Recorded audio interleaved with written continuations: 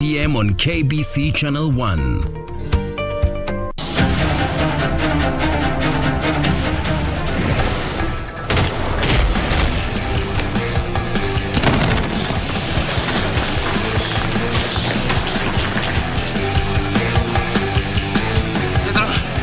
오늘 신부 잘 끼고 다 지옥 가는겨. 예? 죽여. 뭐 하는 거야 지금? 신부님이 먼저 꺼냈지. 아무튼간에 나를 조져불고 싶음 준비 잘해오쇼. 그 신부 언제 어디서 태어나서 뭐하던 놈인지 싹 다 거둬 알았어? 어?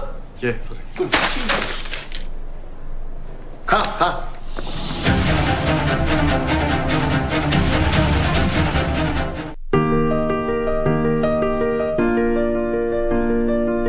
Huchagui familia yako, ni zawadi ya Mungu kwako kama ulivyozawadi kwao. Iwapo unakohoa, unahisi uchungu kwenye kifua, uchovu kila wakati, joto jingi mwilini, unakosa hamu ya kula au kupoteza uzito haraka bila kukusudia na kutokwa na jasho jingi usiku, waweza kuwa waugua TB. Nenda hospitalini ukapimwe. Ikibainika ya kwamba ni TB, utapewa dawa, na ukimeza vizuri ulivyoshauriwa na daktari, utapona. TB yaweza kuangamiza jamii yako. Usikubali. Matibabu ni bila malipo katika hospitali zote za serikali.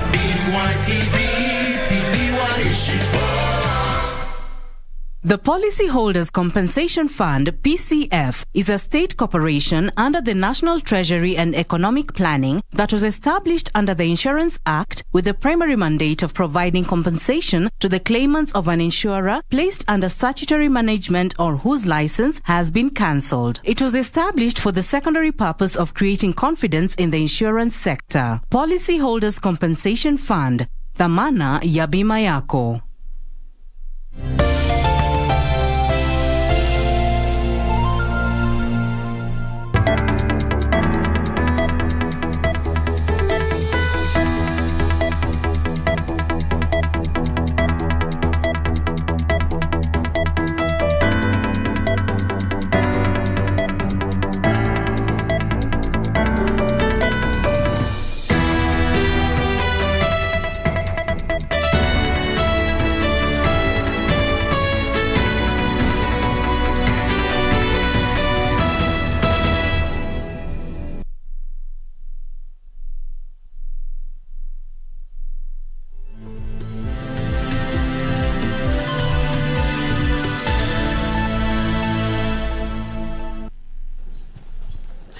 The 6th day of June 2023 it is. Good afternoon. This is a great KBC and just in time for KBC Lunchtime News, and we have a fully packed bulletin right here on a day that Parliament resumes its sittings after the recess. My name is Njue, and Susan Thuku will be my colleague on the bottom right of your screen handling the sign language interpretation.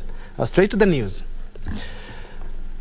We do begin our coverage. As you can see, my colleague Opicho Chemtai is currently at the UNHQ in Gigiri, right here in Nairobi. And it's the second day of the UN Habitat meeting in Gigiri. And today, the First Lady, Mama Rachel Ruto, has been having a roundtable discussion on women shaping communities and cities and also matters urban health. But let's get more from Jael. Good afternoon, Joel.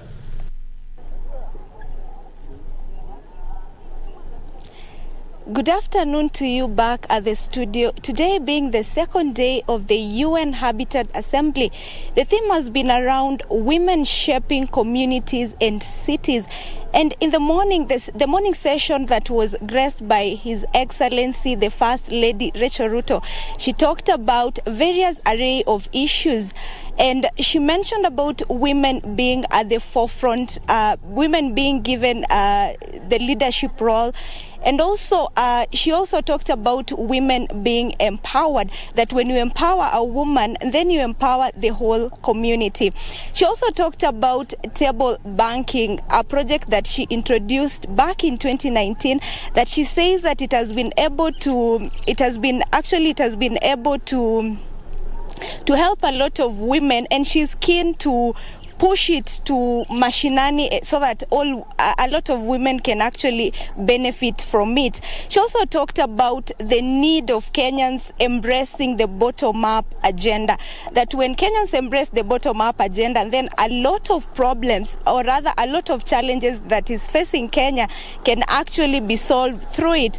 Then the UN Executive Director Maimuna, on her part, she talked about 3 things that if women are considered on, then a lot of challenges, or rather a lot of problems that the country is facing can actually be solved. She talked about women being given a lot of participation, and also being given many opportunity spaces in terms of being empowered. And she said that if women are if these things are considered, then a lot of problems that actually Kenya is facing will be something of the past.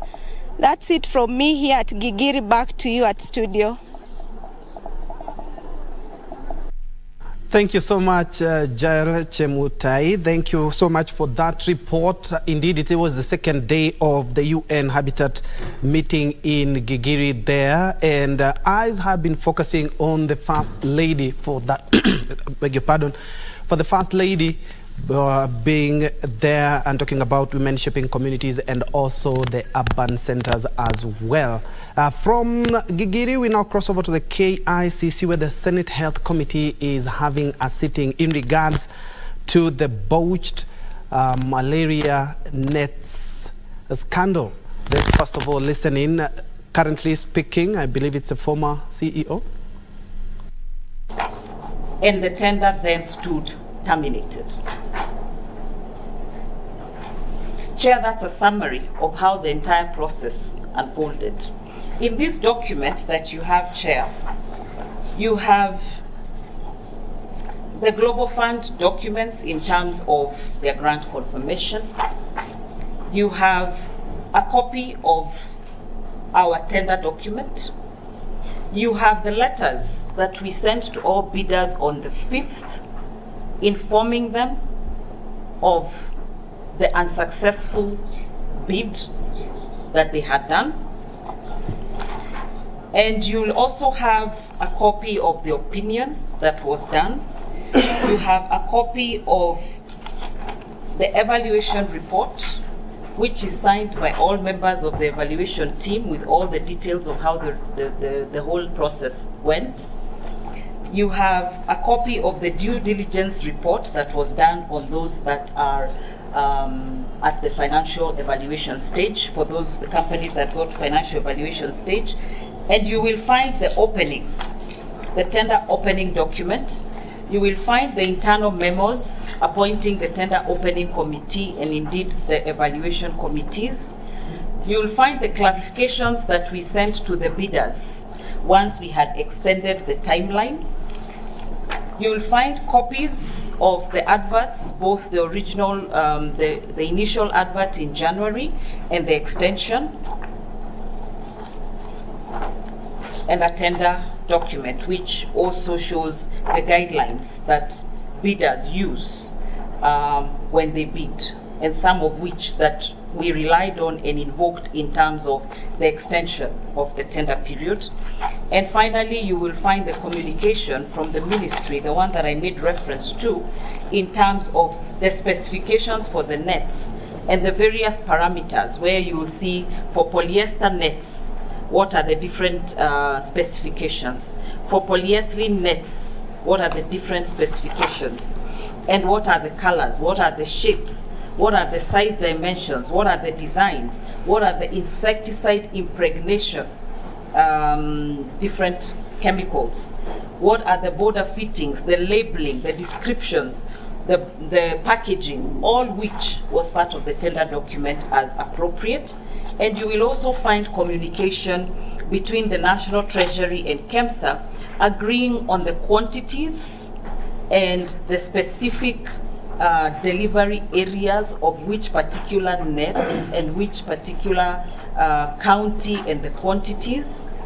And you will also find the authority to undertake the procurement that was signed to start off this procurement last year in November, and ultimately the email correspondences between our staff and various Global Fund and National Treasury colleagues on the same.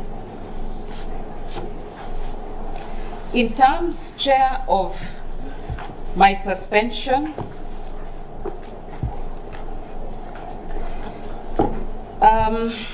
Chair, other than the public notification that came out on the 15th of May, communicating that the board is dissolved, and myself and another. That has been the former KEMSA CEO Terry Ramadan there, responding to questions by the Senate Health Committee on her role in the alleged irregular procurement of malaria nets by the Global Fund. We'll be giving you a much comprehensive and detailed report in our subsequent bulletin. But from the KICC, on that Senate committee, we head to the judiciary, where Chief Justice Martha Koome now says there is need to acknowledge all surviving freedom fighters for their efforts in liberating the country from colonial rule. The CJ at the same time urged the National Heroes Council to come up with structures to honor the heroic persons as beacons of inspirations. Koome was speaking during the swearing-in ceremony of Dr. Chris K. Kiptoo, the Principal Secretary, the National Treasury, as a member of the National Heroes Council, and Charles Onyango Wambia as Chief Executive Officer of the Council. The Council expressed its commitment in pushing for the reorganization of all surviving freedom fighters. I, Dr. Chris K. Kiptoo, having been appointed Director of the Kenya Heroes Council.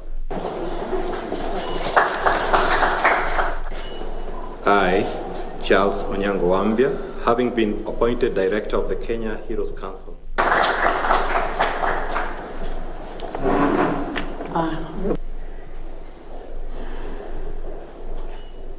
Now we are already constituted, and we know the challenges the heroes have been facing. We're already having the Act now to give us directions, and many things are going to change in a way we identify heroes and the way they are being honored. Of course, we are already talking through the board that we look at other implementations which concern the assistance to these heroes and heroines. It has been a challenge, but now when we're going to put the Act in order, and the PS who has been with us in the swearing in today, we have already talked about the establishment of the fund. My board is now fully constituted now. We are going to hit the road. This is where the rubber hit the roads, as people normally say.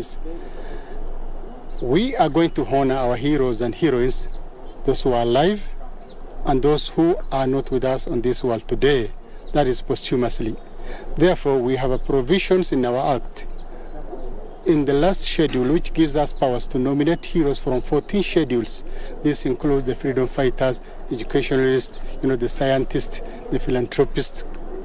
The National Heroes Council, therefore, must work towards coming up with ways and avenues through which we as a nation can pay homage to their courage, their sacrifices, and the indomitable spirit that has shaped the identity of our beloved nation.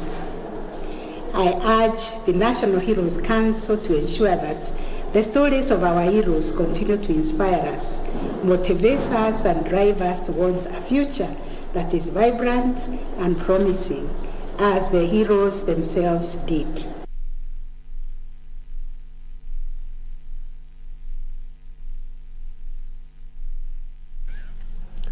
From the judiciary to Kilifi County, where Interior and National Administration Cabinet Secretary Professor Kithure Kindiki has today visited Shakahola Forest in Malindi, Kilifi County, to oversee the commencement of Phase 3 of the exhumation exercise in Shakahola, with more sites already identified and marked as potential mass graves. Kindiki is also expected to commission the construction of several security roads within the 50,000-acre Chakama Ranch to facilitate access into the vast Shakahola forest land as the government intensifies the search and rescue efforts and recovery of more bodies.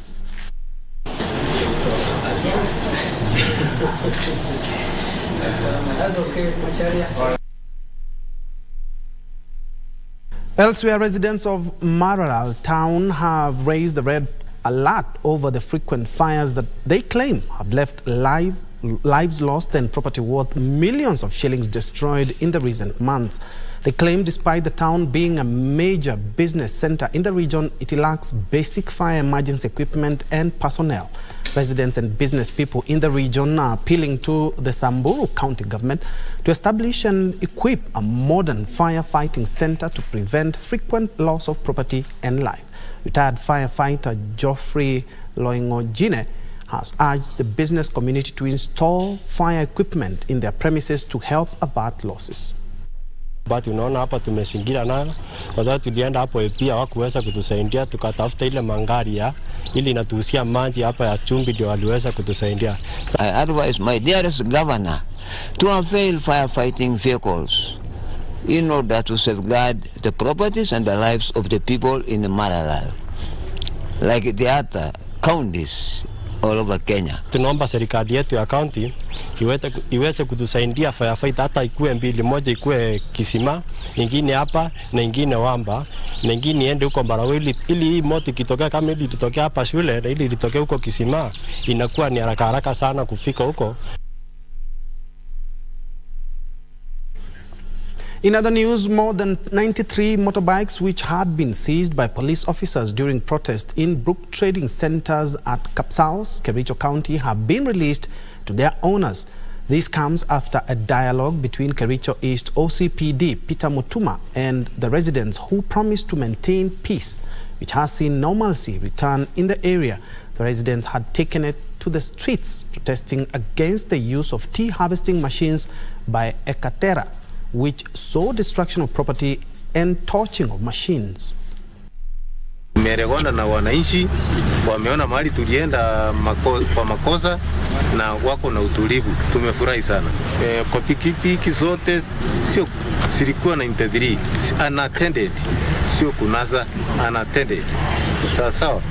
Hey, please. On, 3 suspects have been arrested in connection with an illegal scrap metal syndicate in Maguguni, Kiambu County. The arrest follows concerns over increased cases of vandalism of key private and public installations by rogue scrap metal dealers. The increased cases of vandalism by rogue scrap metal dealers in Maguguni area, Kiambu County, has left area residents a worried lot. Beth Kamau, a victim of the criminal gang, says she has lost a water pump machine worth 70,000 shillings. Mimi nimelala saa 8. By 5 nilikuwa chini. Hiyo ni kazi kweli. Do you know hata tumepata vitu ya nini? Ya bridge. Hizo metals wameuziwa. It means we are not safe. Because hata kwa hiyo bridge nikivuka, sinitaanguka ndani. So we asking they close this nini, this whatever, scrap metals. According to the residents, there has been a surge in theft of water pumps for the last 3 months, as the thieves made away with copper wires, tanks, gates, windows and metallic farming tools. Na kenye kimetugadhabisha kabisa ni ya kwamba kuna kiwete kilipatwa kwa jana jioni kwao, kikatolewa wheelchair. Hiyo wheelchair wakachukuja wakapima. Hawa wafanya biashara tukilalamika tunaambiwa kuna barua. Tunataka kujua ni barua gani serikali inapeaga watu, barua ya wizi, barua ya kuiba wheelchair, barua ya kuiba sufuria, barua ya kuiba fences za watu. Act by the increased burglary, the locals kept vigil on Monday night and nabbed 3 suspects who were on a mission to steal metallic items. Kama sio serikali imewazungukia hapo, sisi tungewachoma ndio iwe funzo kwa wale wengine. Waone tumewachoma wamechomeka kabisa, ndio mwenye anakuwa mkubwa, anataka kuiba, anajifunza na wale walichomwa.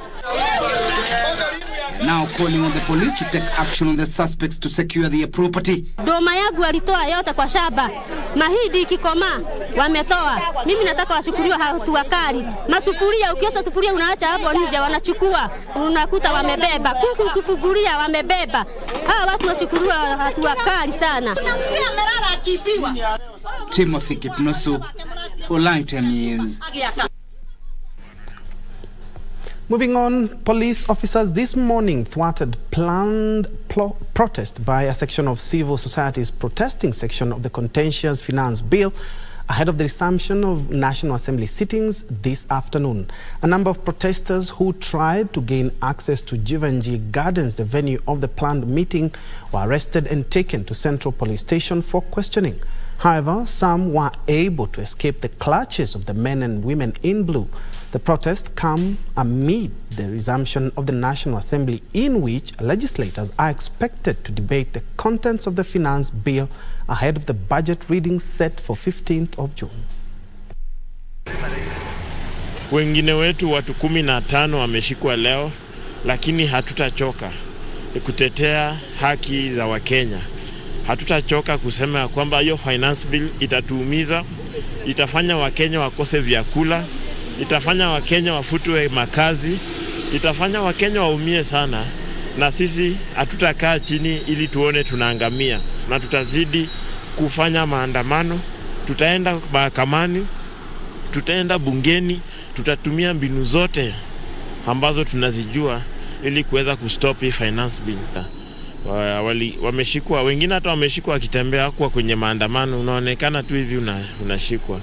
Kwa hivyo inamaanisha kwamba ile kipengee cha katiba article 37 inamaanisha kwamba serikali ya William Ruto haiheshimu katiba.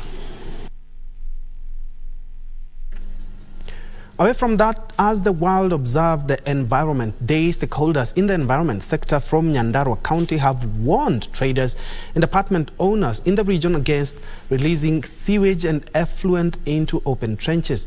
The Nyandarua County Executive for Water, Environment, Climate Change and Natural Resources has said that these actions pose a significant risk to the health and well-being of residents and can cause long-term detrimental effects on the environment. Speaking on World Environment Day during a tree planting exercise, Nyandarua County Executive for Water, Environment, Climate Change and Natural Resources Washira Mugo said there is need to comply with the existing regulations and guidelines that govern the proper handling and disposal of waste, adding that Olkalu sewage system was 98% complete. Najua tunaumia, hata mimi ninaumia mahali kwa sababu ninakaa nikiexhaust hiyo kitu, lazima ukae ukikula exhaust, lakini huwezi umiza population mzima juu ya benefits za biashara zako.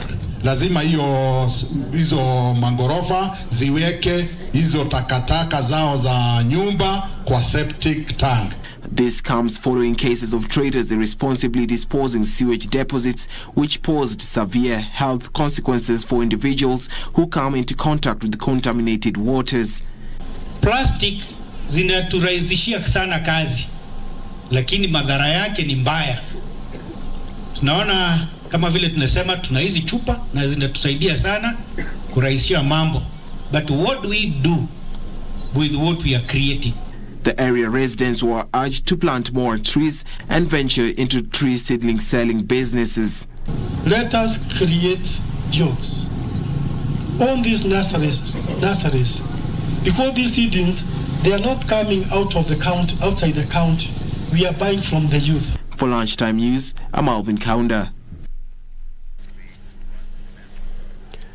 Kenya Women Parliamentary Association KEWOPA has resolved to involve the boy child and male actors in mentorship programs around early pregnancies, female genital mutilation and HIV and AIDS.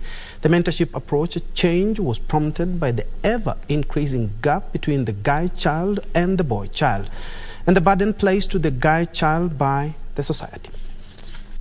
Parents have decided to take it upon themselves to make sure that they mend this fabric by mentoring our young people, not only the girls, but we also want to mentor the boy child, because we want an inclusive society where boys and girls respect the rule of nature and respect each other, so that we can have a successful society of empowered both boys and girls. We have decided to forge a way forward for the children of the Republic of Kenya and for the women of Kenya as members of parliament, elected in different divides, so we can be able to address the issues affecting our girls, the issues affecting our boys, and the issues affecting our women and our people in general.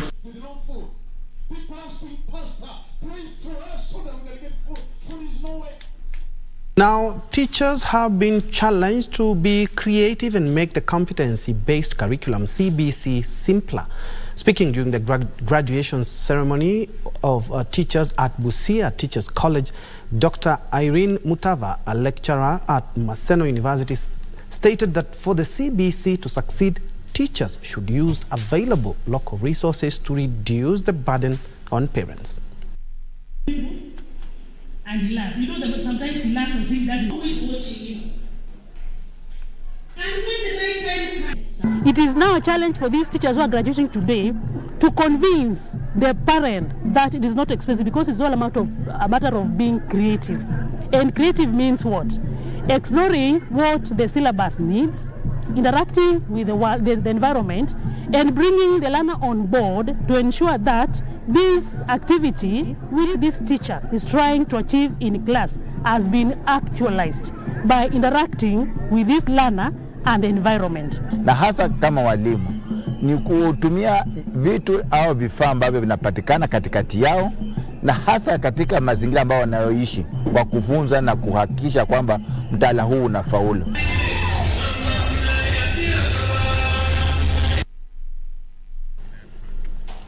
Now, at least 6,000 residents in Njue, Weteidie, Morera, Theta and Kalimoni wards have received relief food from the area Member of Parliament, George Koimburi.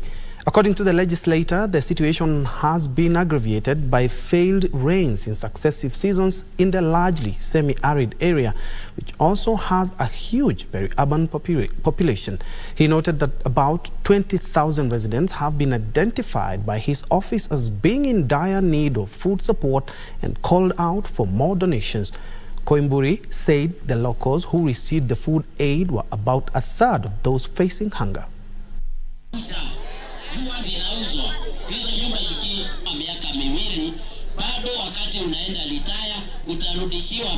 Siku ya leo nimeweza kupokea zaidi ya magunia 260 ambayo nitagawia wakaaji wote wa Njue, kuhakikisha wale ambao wamelemewa ama wameshindwa kuwa na chakula chao cha mezani siku ya leo wamekipata.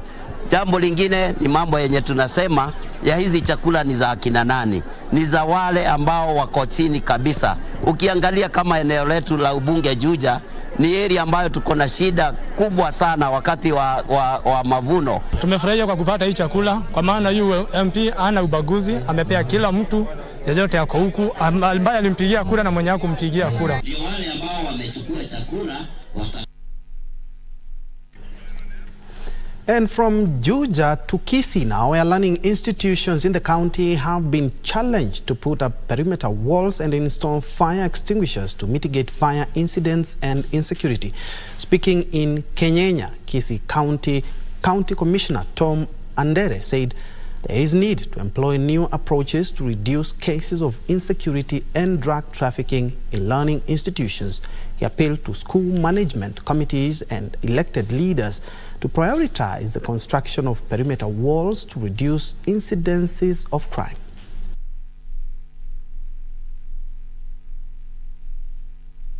Are we having adequate security arrangements in those learning institutions?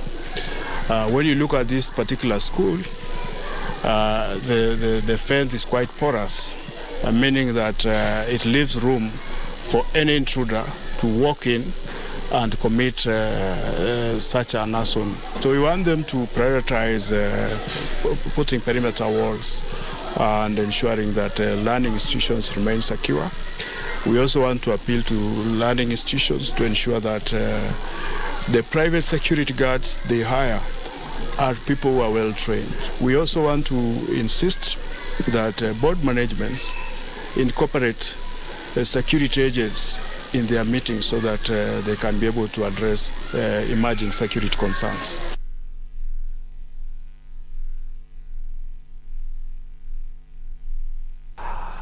Very well, at about 27 minutes past the top of the hour, we are taking a short, quick break. But don't go away, we still have more news lined up for you, not forgetting business and also sports.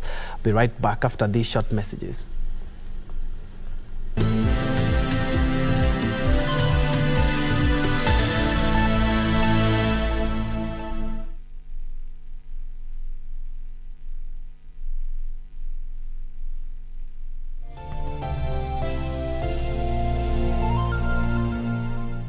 Iwapo unakohoa, unahisi uchungu kwenye kifua, uchovu kila wakati, joto jingi mwilini, unakosa hamu ya kula au kupoteza uzito haraka bila kukusudia na kutokwa na jasho jingi usiku, waweza kuwa waugua TB. What if he's not really dead? I'd be very shocked to see his pretty brothers. I'm not dead, Alice. You are to me. Do you think Dad had a will? Of course he did. TB yaweza kuangamiza jamii yako. Usikubali. Matibabu ni bila malipo katika hospitali zote za serikali.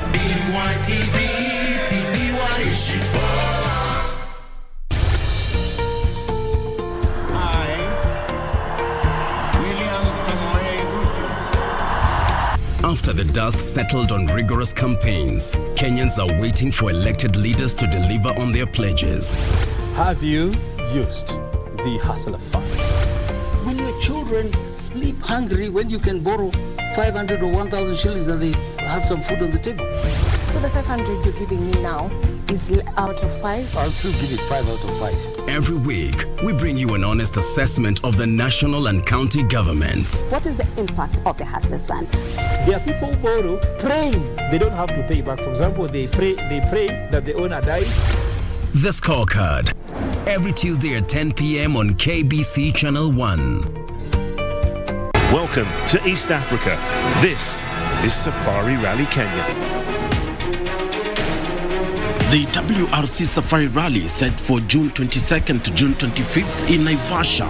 This year's event, the 7th leg of the WRC calendar, consisting of 19 stages, will see drivers, among them defending champion and series leader Khalid Van Pera, battle in what's considered as the toughest rally in the world. KBC Channel 1 will bring you the action to your living room, where a total of only 5 stages will be broadcast live on KBC Channel 1 and the Shakedown exclusive on our Facebook page. Catch the WRC Safari Rally on KBC Channel 1, your true sports partner.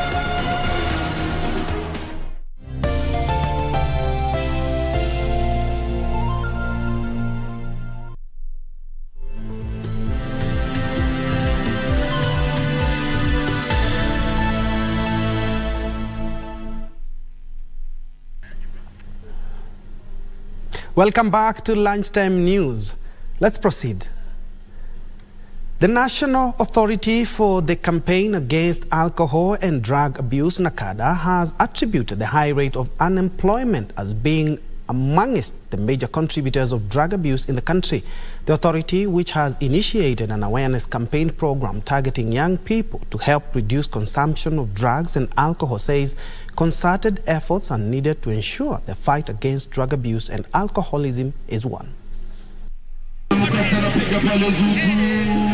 Speaking after a tournament in Vihiga County dubbed Stay Sober and Win, Director of NACADA in Western Region, Sarah Kosgei, said that a significant number of unemployed youth experience mental distress, which often leads them to turn to drug addiction and later commit suicide. We are sending out information, tunafanya sensitization sio tu kwa vijana but pia kwa community ya kwamba wanaweza fanya something different. Tuanze ku-embrace new life ya kwamba we can do without drugs. Kosgei highlighted NACADA's objective to raise awareness on the dangers of drug abuse, particularly in the western regions where illicit brew and drugs are prevalent. Keep vijana busy na michezo. Other than growing their talent, pia we are keeping them away kwa mambo na madrugs. A NACADA report indicates Western Region leads in drug abuse. Rogers Bossi, the founder of the tournament, aims to raise awareness among young people, nurture their talents, and engage them in activities that help prevent them from drug addiction.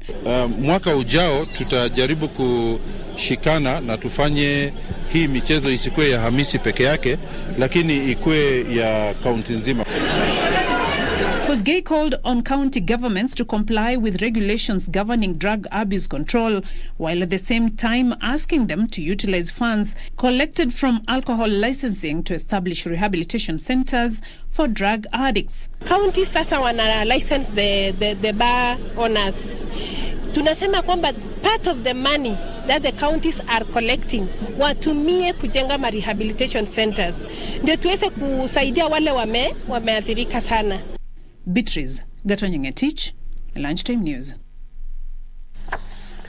And further afield, former U.S. Vice President Mike Pence has officially filed paperwork to join an increasingly crowded field of Republicans running for president. Mr. Pence, who is 63 years old, is set to formally launch his campaign with a video, speech, and town hall event in the early voting state of Iowa on Wednesday.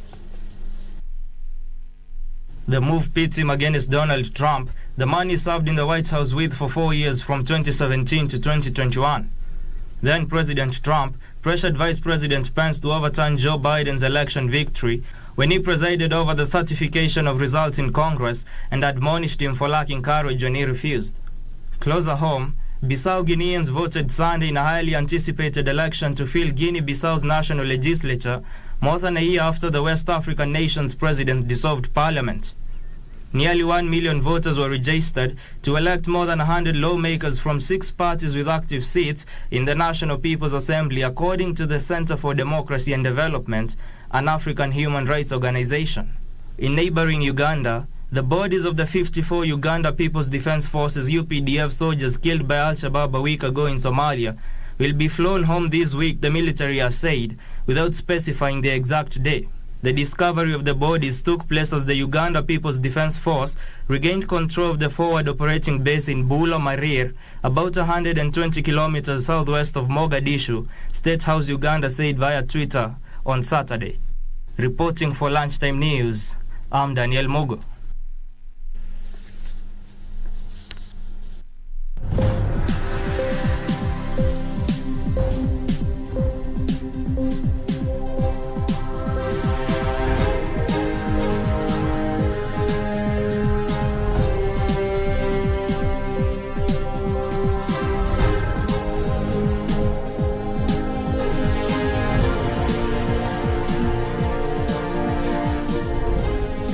Now make sense of business. Swiss biological agricultural product manufacturer Ademat has ventured into the Kenyan market to focus on healthy crops by introducing natural and biological stimulants.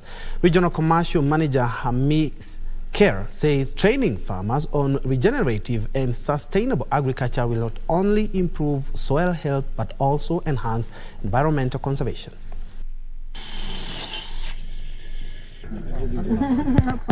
What they're saying, because it's such an early stage, they all had the standard.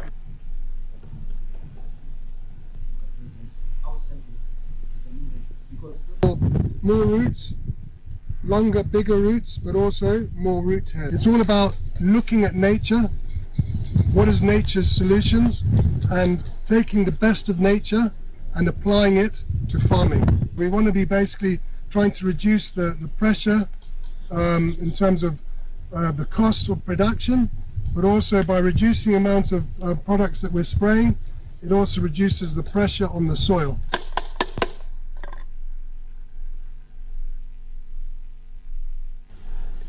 Boda riders have been urged to take up insurance covers so as to cushion their income in case of accidents. Statistics show that out of 4,600 deaths recorded in 2022 from road accidents, over 400 were riders or pillion passengers. Tuko na program ambayo inaitwa bodaboda huduma kwa bodaboda mashinani. We want to work in all the 61 wards in Kakamega, county tukapelekea these services. Kuna product ya personal accident cover ambayo tuna encourage mtu ina cost 1,500. Lakini mtu anaweza kalipa polepole. You can come as a group of bodaboda, tunapatia last expense cover. Kila mtu analipa shilingi 1,000 peke yake. Mnakuwa covered. In case mtu apate kupoteza maisha yake, analipiwa 100,000 as the last expense. Now, the Institute of Economic Affairs say inaccurate revenue collection forecasts could push up the 2023-2024 budget deficit, suppressing social services and development projects funding. Tax experts from IEA claim a huge chunk of the recurrent expenditures pending bills arise from poor internal auditing in public institutions and an unsustainable wage bill.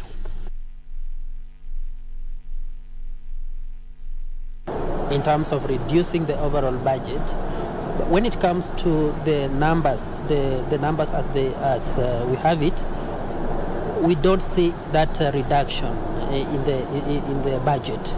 But there's need to reduce to meet the promises of reducing the budget so as to live within our means.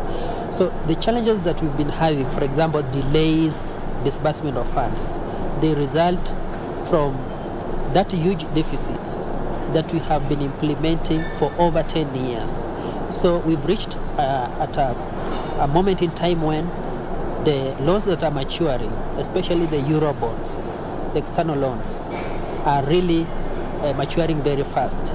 And so those pose a lot of risks in terms of balancing between repayment or servicing of this debt against implementing the programs.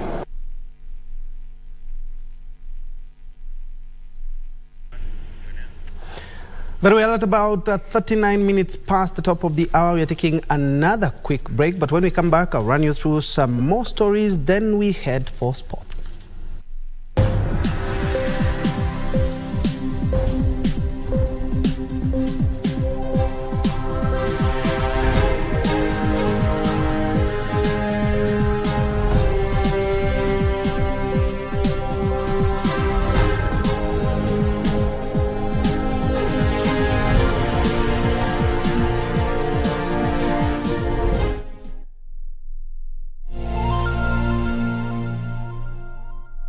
Welcome to East Africa. This is Safari Rally Kenya. The WRC Safari Rally is set for June 22nd to June 25th in Naivasha. This year's event, the 7th leg of the WRC calendar, consisting of 19 stages, will see drivers, among them defending champion and series leader Khalid Vampera, battle in what's considered as the toughest rally in the world. KBC Channel 1 will bring you the action to your living room, where a total of only 5 stages will be broadcast live on KBC Channel 1 and the Shakedown exclusive on our Facebook page. Catch the WRC Safari Rally on KBC Channel 1, your true sports partner.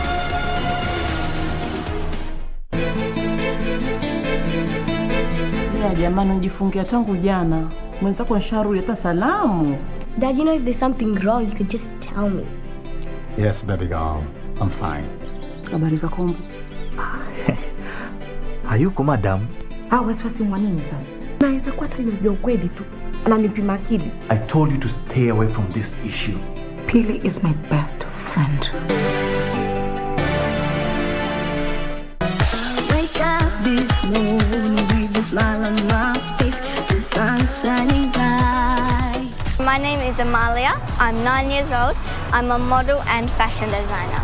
And this is one of my outfits I'm wearing.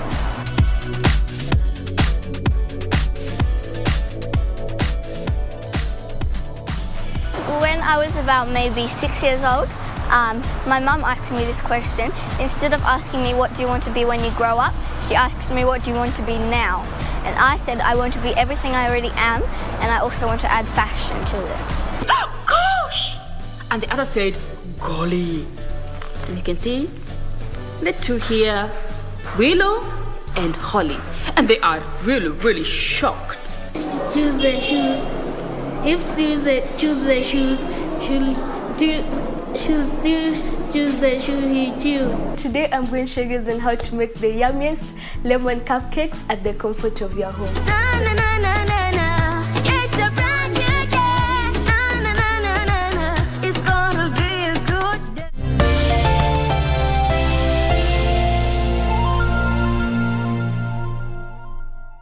subhanallah.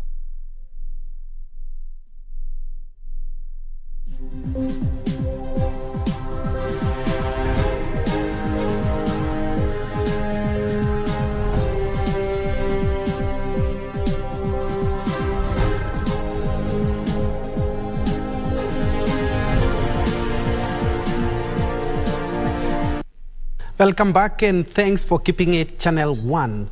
Further afield, Nigeria's main labor unions has agreed to suspend a planned indefinite strike to protest the removal of a popular decades-old petrol subsidy.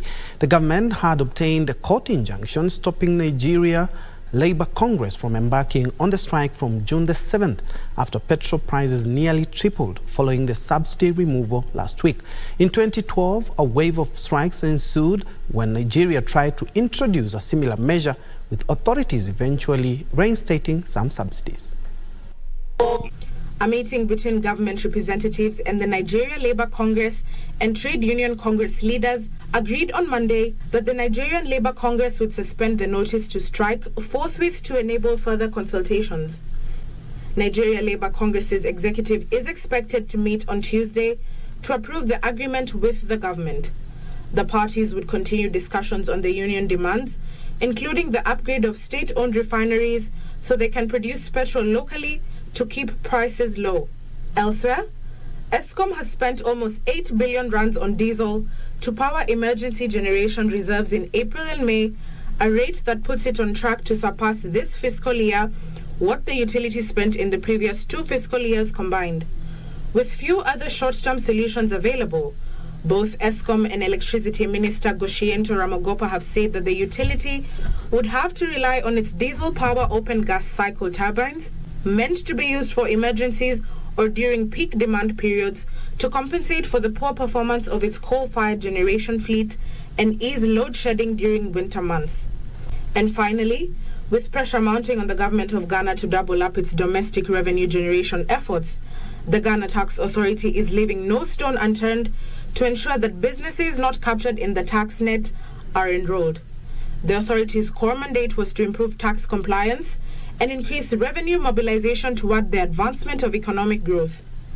As part of the initiatives being carried out, electronic tax clearance certificates and electronic VAT invoicing were being piloted.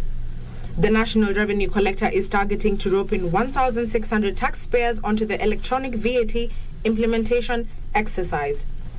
It is expected to enable it to protect not less than 90% of VAT revenue.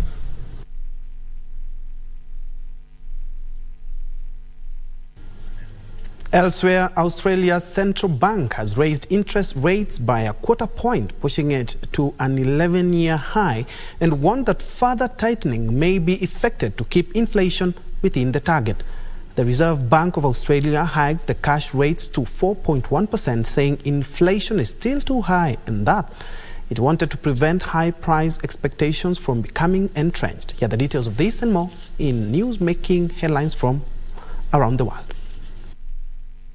The Australian dollar surged 0.8% to $0.6667, the highest in 2.5 weeks after the policy statement, which 3-year bond futures dived 8 ticks to 94.345.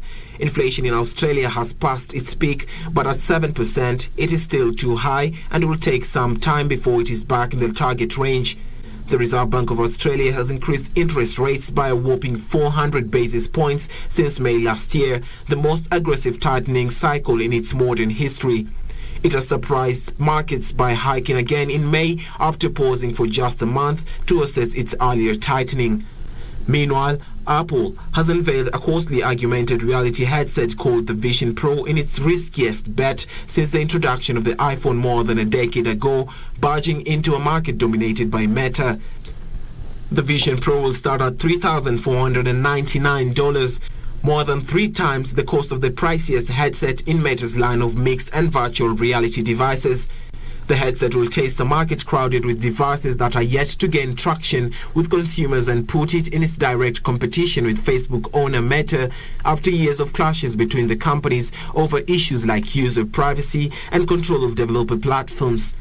Apple emphasized the novelty of the headset's augmented reality features as well as the sports and entertainment partnership it will offer. The device will use a new chip that will process information from its sensors very fast.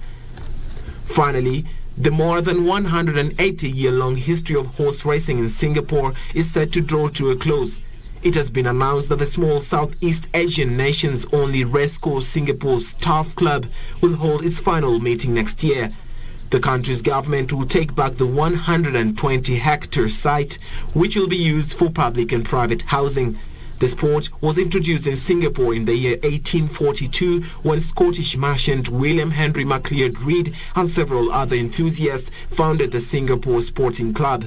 They transformed a patch of semi-swampy land in Farrer Park in central Singapore into a racecourse. Horse racing proved to be popular not only with Europeans, but with meetings also attracting wealthy Malay and Chinese racegoers. The $370 million racecourse has a 5-story grandstand with a capacity of 30,000 racegoers.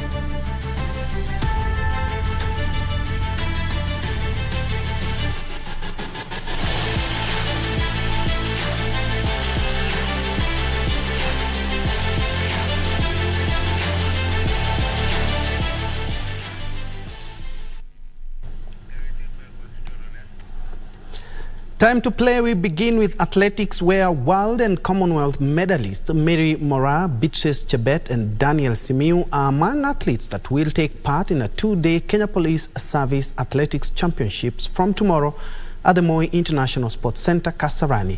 Moraa, the national 400-meter record holder, will be seeking a double in the 800 and 400 meters. She clocked 2 minutes 4.63 seconds to win her maiden police title last year, beating Gloria Chepchumba and Eunice Sum.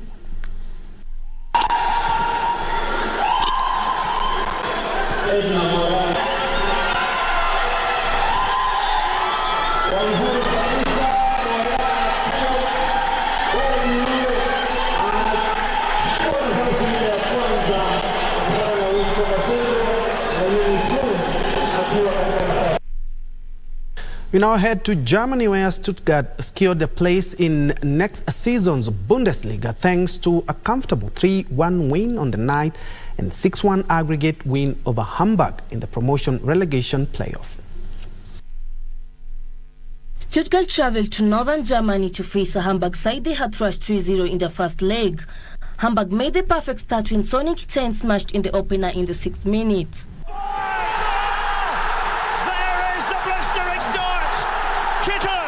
Hamburg piled on the pressure and could have added another goal before the break, but Stuttgart goalkeeper Florian Müller was at hand to deny the hosts. Himself on the right, and it's Müller who pushes that one away.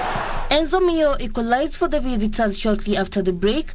Girassi, and is it going to be the moment for Stuttgart? It is, it's Mio! And scored a second goal in the 64th minute, capitalizing on the Hua Fernandez miscast clearance. And Mio is at it again. Sela scored a beautiful solo goal in the 6th minute of added time to steal a 3-1 win on the night and 6-1 on the aggregate for Stuttgart. Magnificent finish! Stuttgart now have a 4th straight season in the Bundesliga football to look forward to, whereas Hamburg remained anchored in the lower division for the 6th season in a row.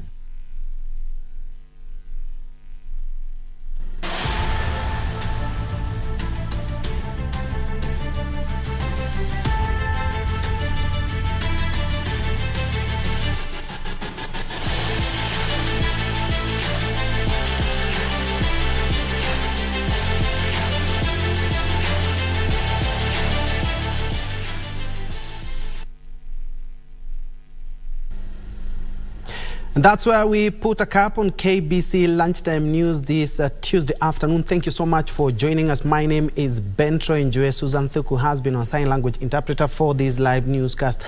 Of course, we're keeping tabs with a number of stories, including the UN Habitat meeting at Gigiri, and also Parliament resumes today at 2 p.m. As usual, you can catch all the action on KBC Channel 1. Thank you so much for watching. Do have yourself a blessed afternoon.